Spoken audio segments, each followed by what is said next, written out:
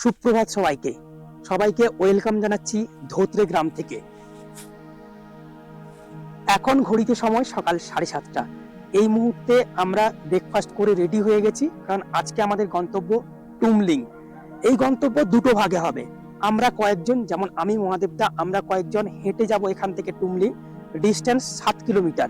মাঝখানে পড়বে টংলু। আর সুপ্রিয়ারা মানে আমাদের ফিমেল ব্রিগেড যাবে গাড়িতে করে এখান থেকে মানেভঞ্জন। মানেভঞ্জন থেকে ওখানকার সিন্ডিকেটের গাড়িতে করে যাবে টুমলিং। প্রথম পর্বের ভিডিওটা অবশ্যই দেখবেন, কারণ ওখানে অনেক ইনফরমেশন লুকিয়ে রয়েছে। তাহলে আর দেরি কেন, চলুন আজকের জার্নি শুরু করা যাক। ধোত্রে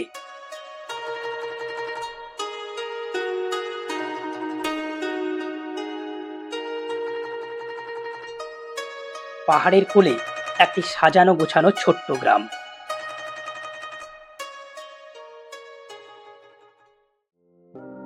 এটা শেরপা হোমস্টের পেছনের দিকের ভ্যালি।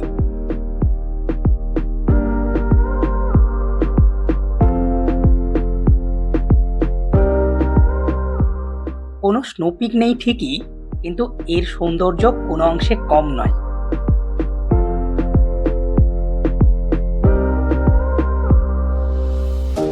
ওই যে ওটা হলো শেরপা হোমস্টে, আর ওই কাঞ্চনজঙ্ঘা, আর এটা হলো ট্রেকিং রুট, আর এই হলো প্রথম checkpost, Singalila forest protection guide and porters association. এখান থেকেই টিকিট করতে হবে, মানে এন্ট্রি ফি 20 টাকা করে জন প্রতি। আর আপনি যদি পোটার্স কিংবা গাইড চান তাহলে এখান থেকেই নিয়ে নিতে পারেন।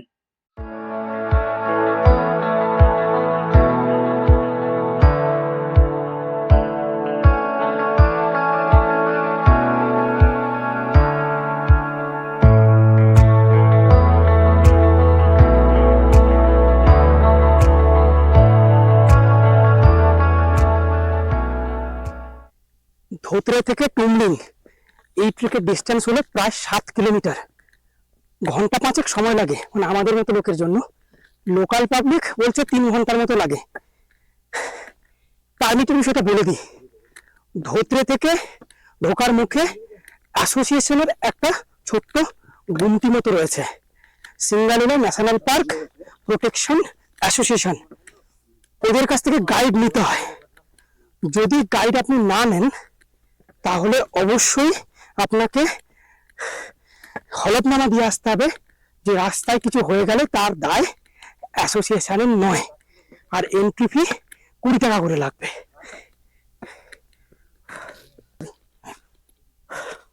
ওয়েদার আপডেটটা একবার বলে দিই। গতকাল যখন আমরা পৌঁছই ধোত্রেতে, টেম্পারেচার ছিল 8-এর গোড়ায়। রাতে সেটা দাঁড়িয়ে গেছিল -এ। এখন সকালে টেম্পারেচারটা একটু বাড়া, কিন্তু জঙ্গলের মাঝে যখনই হাঁটছি প্রচন্ড ঠান্ডা লাগছে। এই জায়গাটা দুর্দান্ত, একবার ঘুরিয়ে দেখাই। দেখুন,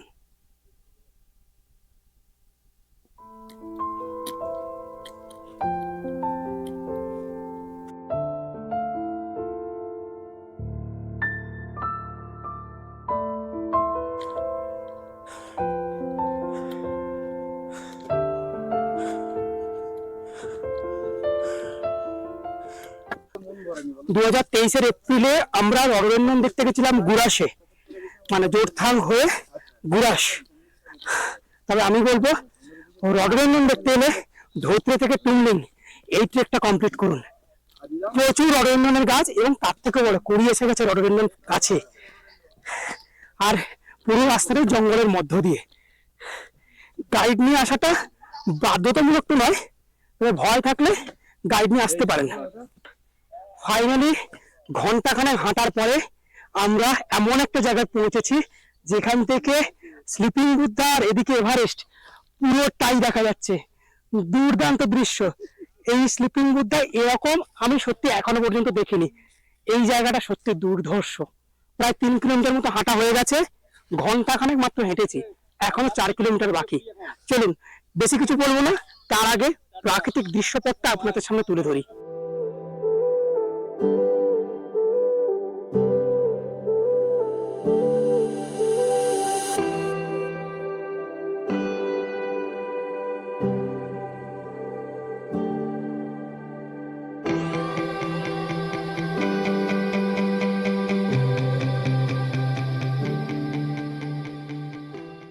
ওই যে ওই পাহাড়ের মাথায় দেখুন, ওগুলো হলো টংলু ট্রেকার্স হাট, মানে তার কটেজ ওগুলো আর কি।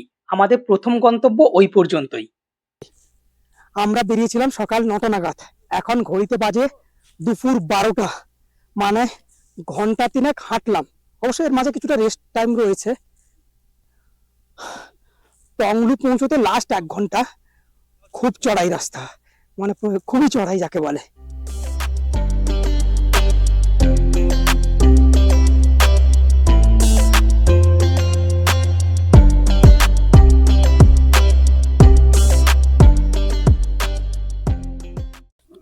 ফাইনালি আমরা টংলু এসে পৌঁছলাম।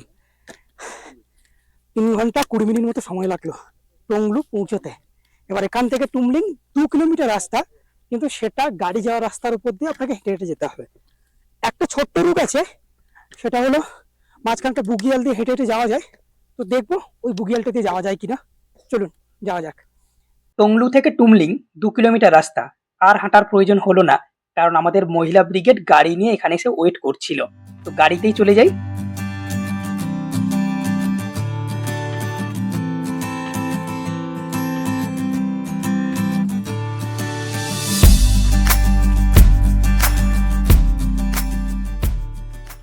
এখন সময় বিকেল 3টে।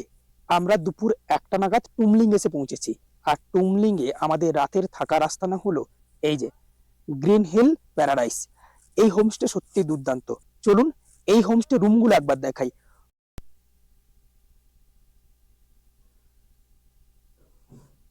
এটা হলো ট্রিপল বেডরুম। এই একটা বেড, এই একটা বেড, আর ওইদিকে একটা বেড। বেডগুলো এতটাই বড় যে দুজন এই ঠান্ডাতে সুন্দরভাবে ঘুমিয়ে যাবে। আর এটা অবশ্যই ভিউ রুম। এখান থেকে যেহেতু কোনো স্নোপিক দেখা যায় না, তাই এটা ভ্যালি ভিউ রুম। দুর্দান্ত, তাই না? বিশাল বড় রুমে ফুটবল খেলা যাবে এরকম বড় রুম। চলুন ওয়াশরুমটা একবার দেখাই।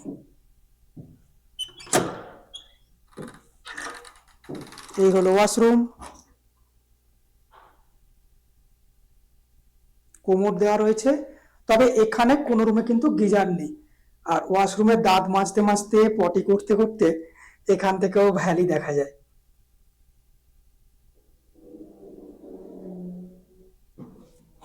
চলুন নন ভিউ রুমগুলো একবার দেখাই। এই দিক থেকে কোনো ভিউ দেখতে পাওয়া যায় না। এটা অ্যাকচুয়ালি ডবল বেডরুম, কিন্তু এখানে 4জন সুন্দরভাবে ঘুমোতে পারবে এরকম একটা বেড রয়েছে। ওইদিকে ওই একটা বেড রয়েছে, আর কিচ্ছু নেই। চলুন ওয়াশরুমটা একবার দেখাই। এই ওয়াশরুম, কোমোড রয়েছে, গিজার এখানে কোথাও নেই সেটা আগেই বলে দিলাম, আর বেসিন, ব্যাস। আর এরকম জানালা, দ্যাটস ইট। এটা হলো একটা ট্রিপল বেডরুম। এটা নিচের ফ্লোরে রয়েছে। এই একটা বেড, ওই একটা বেড, একটা ছোট্ট টি টেবিল রয়েছে। এখানে একটা ছোট্ট টুল বলা যায়, পুরোটাই উডেন ফার্নিশ করা। আর এখান থেকেও দুর্দান্ত ভিউ দেখতে পাওয়া যায়। এই যে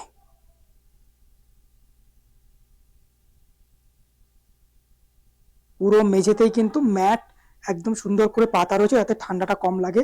চলুন ওয়াশরুমটা একবার দেখাই। এই যে কোমোড, বেসিন, এখানেও গিজার নেই। এটা হলো ডাইনিং হল, বেশ বড়, মানে প্রায় 20 থেকে 22 জন একসঙ্গে বসে এখানে খেতে পারবে। আর এই হলো রিসেপশন। আমরা যে হোমস্টেতে রয়েছি গ্রিন হিল প্যারাডাইস, সেই হোমস্টের রুম রেন্ট হলো 1600 থেকে 1700 টাকা। অফ সিজন আর পিক টাইমে কিন্তু এই রেন্টটা ফ্লাকচুয়েট করে, অতএব সেটা মাথায় রেখেই বুক করবেন। ওই হোমস্টে থেকে কিন্তু কোনো রকম কাঞ্চনজঙ্ঘা ভিউ হয় না, তবে উল্টো দিকের ভ্যালিটার একটা সুন্দর ভিউ পাওয়া যায়, সেটা অবশ্যই খেয়াল রাখবেন। এবার আসি ওই হোমস্টের রিভিউ নিয়ে। হোমস্টের রুমগুলো ফুটবল মাঠের মতো বিশাল বড় বড়, এবং ট্রিপল বেডরুম, মানে 3টে যে বেড, প্রত্যেকটা বেডে 2জন আরামসে শুয়ে পড়বে। ওই হোমস্টেতে নন ভিউ রুমগুলো কিন্তু খুব একটা ভালো নয়, ভিউ রুমগুলো দুর্দান্ত। গিজার নেই সেটা এখানকার বাধ্যবাধকতা, কারণ এরকম একটা রুরাল এরিয়াতে এসে গিজার এক্সপেক্ট করাটাও বৃথা। আর সকালবেলা ওরা বলেছে গরম জল ওরা দেবে স্নানের জন্য, অতএব সেই বিষয়টাও খেয়াল। এবং একটা বিষয়, ধৌত্রিতে যেটা আমাদের প্রধান সমস্যা ছিল খাওয়া দাওয়া, সত্যি খুব নিম্নমানের খাবার পেয়েছিলাম। এখানে খাওয়া দাওয়াটা সত্যি দুর্দান্ত।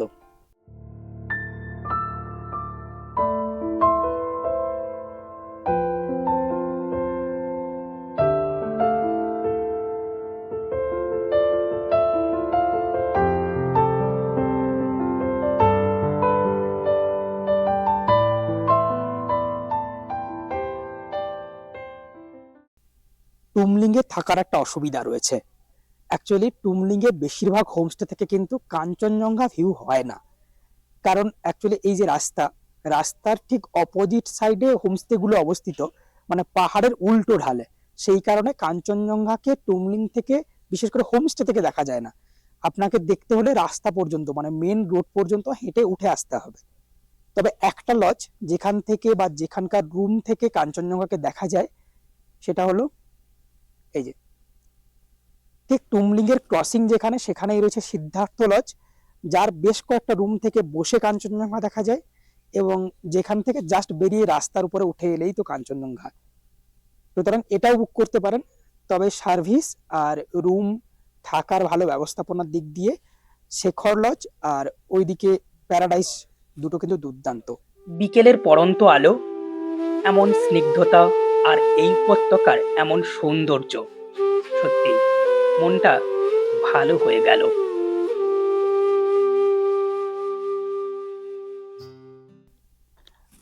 টুমলিংয়ে অনেকগুলো হোমস্টে রয়েছে এবং হোমস্টের সঙ্গে অনেকগুলো হোটেলও রয়েছে। সেই সমস্ত ডিটেলস দেওয়া রইল ডেসক্রিপশনে, অবশ্যই ডেসক্রিপশন বক্সটা একবার চেক করে নেবেন।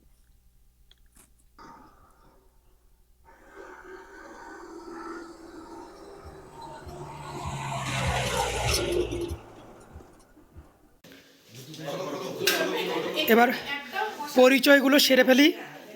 এই দুজনকে আগেই আপনারা দেখেছেন, মহাদেবদা এবং অর্পিতাদি, সৌভিকদা, গৌতমদা, অভ্রদা, অভ্রদার মিসেস তৃষাদি, এটা মৌমিতাদি, এই ভদ্রমহিলার নাম সুস্মিতা, আর ইনাকে আগেই দেখেছেন আমাদের কাকাই, আর প্রত্যেকটা ব্লগে তো ইনার হাত থাকেই। এরা সব সন্ধ্যের সময় চা আর পকোড়া খায়। হ্যাঁ, সন্ধেবেলায় সবাই চা পকোড়া খায় পাহাড়ে এলে। সারাদিনের এমন হাঁটাহাঁটির পরে ক্লান্ত শরীরে বনফায়ারের আগুনে নিজেকে সেঁকতে সেঁকতে শরীরে ঘুম জড়িয়ে আসে।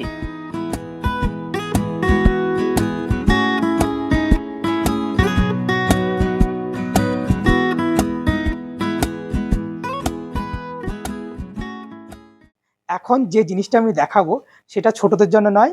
প্রথমেই আমি বলে দিচ্ছি, এটা খেতে আমি একদম বলবো না, কিন্তু আমি এই মুহূর্তে যেহেতু নেপালে রয়েছি, মানে টুমলিং নেপালে, নেপালের স্থানীয় একটা পানীয়, সেটা একবার চেখে দেখার, মানে টেস্ট করে দেখার ইচ্ছে হলো। এটাকে বলে থুম্বা।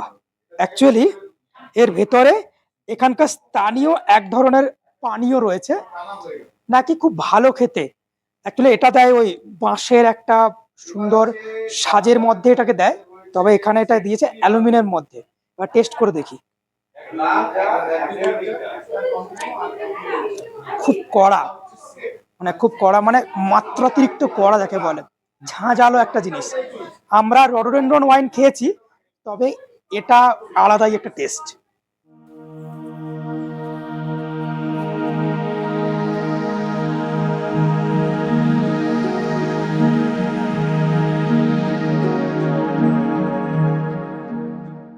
প্রথমে আসি এখানকার মোবাইল নেটওয়ার্ক প্রসঙ্গে।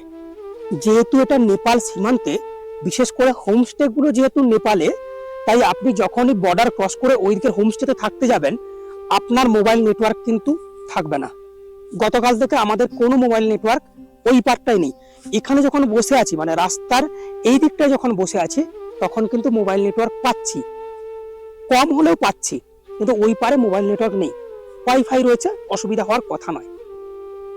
আমরা ধোত্রে হয়ে এসেছি। আপনারা চাইলে প্রথম দিন এনজিপি থেকে মানেভঞ্জন এসে মানেভঞ্জন থেকে টুমলিং এসে নাইট স্টে করতে পারেন। যদি দেরি হয়, মানে 2টোর পরে জেনারেলি মানেভঞ্জন থেকে গাড়ি পাওয়া যায় না, তো 2টোর পরে হলে মানেভঞ্জনে স্টে করে পরের দিন সরাসরি সান্দাকফু উঠে যাবেন। আর যদি দুটোর আগে এসে আপনারা গাড়ি পেয়ে যান তাহলে চেষ্টা করবেন গাড়িতে টুমলিং পর্যন্ত চলে আসতে, তাহলে অনেকটা রাস্তা এগিয়ে থাকা যায়। মানেভঞ্জন থেকে টুমলিং এর ডিস্টেন্স প্রায় 12 কিলোমিটার, আর এখান থেকে সান্দাকাপুর ডিস্টেন্স 19 কিলোমিটার। খুব তাড়াতাড়ি ফিরছি পরের পর্ব নিয়ে। গন্তব্য সান্দাকাফু। बहुत उम्मीद से मैंने पहला कदम बढ़ाया, मैं चलना चाहती थी तुमने उड़ना सिखाया। बहुत उम्मीद से मैंने पहला कदम बढ़ाया, मैं चलना